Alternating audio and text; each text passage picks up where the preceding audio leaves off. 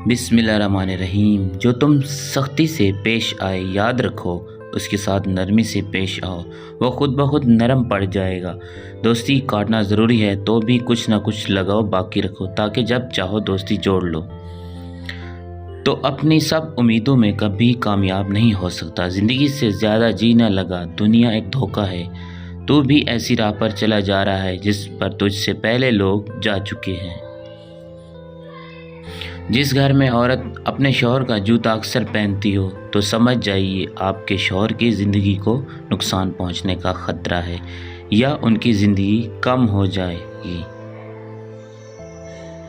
हमारी ये छोटी सी वीडियो अच्छी लगी हो तो इसे लाइक ज़रूर कर दीजिएगा। चैनल पर न्यू है तो चैनल को सब्सक्राइब कर दीजिएगा।